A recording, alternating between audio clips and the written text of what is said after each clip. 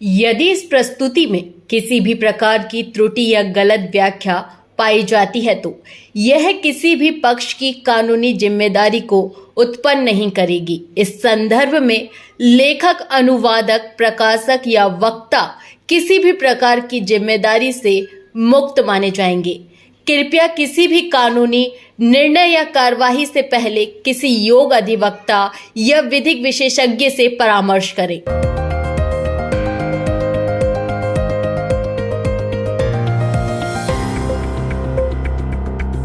दोस्तों नमस्कार, मैं आपका दोस्त विवेक शुक्ला आज आपके लिए एक रियल एस्टेट पर एक नया केस लेकर के आया हूँ। तो मित्रों, आइए हम इसके बारे में जानकारी लेते हैं। बहुत ही महत्वपूर्ण केस है और कहीं ना कहीं हम सबके लिए बहुत ही अच्छी जानकारी है। तो संपत्ति के बाजार मूल्य निर्धारण में प्रक्रिया की अनदेखी यानी कि स्टाम्प अधिनियम 1899 की धारा 47A का विधिक विश्लेषण। तो प्रस्तावना, स्टाम्प शुल्क और बाजार मूल्य विवाद क्यों महत्वपूर्ण है।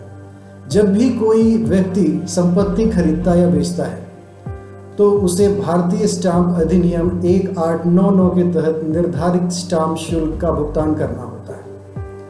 यह शुल्क आमतौर पर संपत्ति के बाजार मूल्य पर आधारित होता है, लेकिन कई बार विक्रेता और खरीदार कम मूल्यांकन यानी कि अंडर वैल्यूएशन दर्शाकर स्टाम्प शुल्क कम करने का प्रयास करते हैं। ऐसे मामलों से निपटने के लिए कई राज्यों ने धारा 47A को लागू किया है।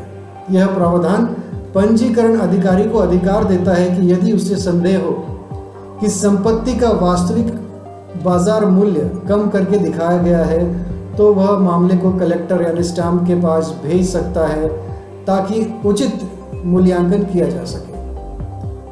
लेकिन क्या होगा यदि पंजीयन अधिकारी बिना किसी जांच के और बिना किसी खरीदार को सुनवाई का अवसर दिए हुए ही संपत्ति के मूल्य में वृद्धि कर दें और अतिरिक्त स्टाम्प शुल्क की मांग करें।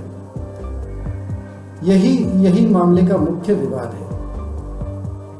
तो विधिक प्रावधान, भारतीय स्टाम्प अधिनियम 1899 और तमिलनाडु स्टाम्प नियम 1968। इस मामले में जिन मुख्य प्रावधानों की व्याख्या की गई है वे निम्नलिखित हैं।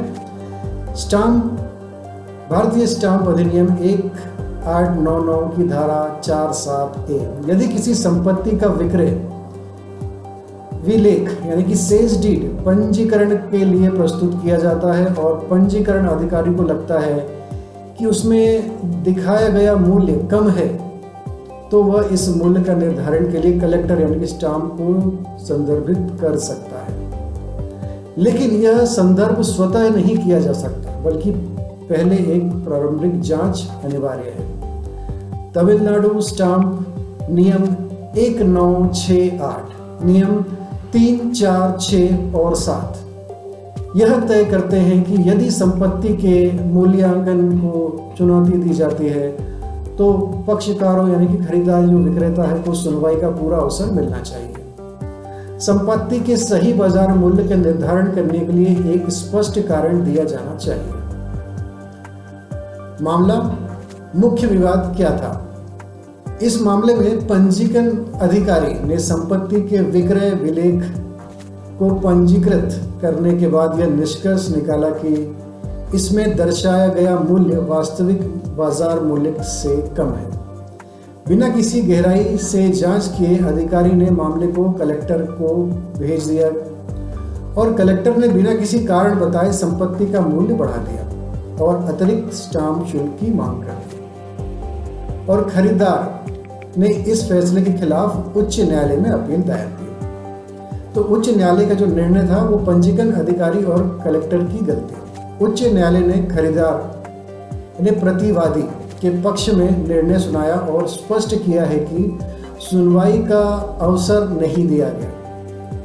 नियमों के अनुसार कलेक्टर को खरीदार को अपनी बात रखने का पूरा अवसर देना चाहिए था, लेकिन ऐसा नहीं किया गया। फॉर्म 1 नोटिस में कई कारण नहीं बताए गए। नियमों के अनुसार जब संपत्ति का मूल्यांकन कम बताया जाता है तो कलेक्टर को यह स्पष्ट कारण देना होता है, लेकिन इस मामले में ऐसा नहीं किया गया। तो यह प्रक्रिया का उल्लंघन कलेक्टर ने नियम 4(2), 4(3) और 4(4) और नियम 6 का पालन नहीं किया। उसे पक्षकारों को सुनवाई का अवसर देना था और कारण बताना था, लेकिन उसे सीधे अंतिम आदेश जारी कर दिया गया। इसलिए उच्च न्यायालय ने कलेक्टर को आदेश को रद्द कर दिया गया और खरीदार के पक्ष में निर्णय सुनाया। उच्चतम न्यायालय का निर्णय, उच्च न्यायालय का आदेश सही था। पंजीकरण अधिकारी और कलेक्टर ने यह दलील दी कि उन्होंने धारा 4(7)(a) के तहत कार्रवाई की थी और उन्हें ऐसा करने का अधिकार था, लेकिन उच्चतम न्यायालय ने उच्च न्यायालय के आदेशों को सही ठहराया और स्पष्ट किया है कि रीजन टू बिलीव यानी कि विश्वास करने का कारण का मतलब यह नहीं है कि अधिकार जो चाहे वह कर सके। संदर्भ भेजने से पहले ठोस आधार होना चाहिए। बाजार मूल्य निर्धारण करने से पहले खरीदार को सुनवाई का अवसर देना अनिवार्य है। यदि प्रक्रिया का पालन नहीं किया गया तो पूरी जांच अवैध होगी। न्यायालय ने यह भी कहा कि पंजीकरण अधिकारी स्वतंत्र रूप से संपत्ति का मूल्यांकन नहीं कर सकता। यदि उसे संदेह है तो उसे पहले उचित जांच करनी होगी। यदि बिना किसी ठोस आधार के मामला कलेक्टर को भेजा गया तो पूरी प्रक्रिया अमान्य हो जाएगी। अंततः उच्चतम न्यायालय ने अपील खारिज कर दी और उच्च न्यायालय के आदेश को बरकरार रखा। तो इस फैसले से कानूनी प्रभाव और निष्करण, यह फैसला स्पष्ट करता है कि पंजीकरण अधिकारी और कलेक्टर बाजार मूल्य बढ़ाने से पहले पूरी कानूनी प्रक्रिया का पालन करें। रीजन टू बिलीव केवल एक अनुमान नहीं हो सकता, इसके पीछे एक तर्कसंगत आधार होना चाहिए। खरीदार को सुनवाई का पूरा अवसर मिलना चाहिए। बिना किसी कारण बताए हुए अतिरिक्त स्टाम्प शुल्क लगाने का आदेश अवैध होगा। क्या कोई व्यक्ति इस तरह के आदेश के खिलाफ न्यायालय जा सकता है? तो उत्तर है हाँ। यदि किसी व्यक्ति को गलत तरीके से अतिरिक्त स्टाम्प शुल्क देने के लिए बाध्य किया जाता है तो वह न्यायालय में चुनौती दे सकता है। तो अंतिम जो इसका निष्कर्ष, यह निर्णय यह स्थापित करता है कि किसी भी प्रशासनिक आदेश को न्याय संगत, पारदर्शी और प्रक्रिया संगत होना चाहिए। बाजार मूल्य का निर्धारण एक जिम्मेदारीपूर्ण कार्य है जिसे नियमों के अनुसार किया जाना चाहिए। संपत्ति खरीदने वाले व्यक्तियों के लिए यह निर्णय एक सुरक्षा कवच है, क्योंकि यह पंजीकरण अधिकारी और कलेक्टर की मनमानी को रोकता है। इसलिए यदि कोई व्यक्ति संपत्ति खरीद रहा है और उसे स्टाम्प शुल्क को लेकर कोई अनुचित आदेश मिलता है तो इस निर्णय के आधार पर न्यायिक सहायता लेनी चाहिए। अगर यह जानकारी आपको उपयोगी लगी तो शेयर जरूर करें और दूसरों को भी जागरूक जरूर बनाएं। कानून को समझिए और अपने अधिकारों को जानिए। बने रहिए हमारे साथ। हम आपसे मिलते हैं अगले विषय पर, बहुत जल्दी मिलते हैं। बहुत बहुत धन्यवाद।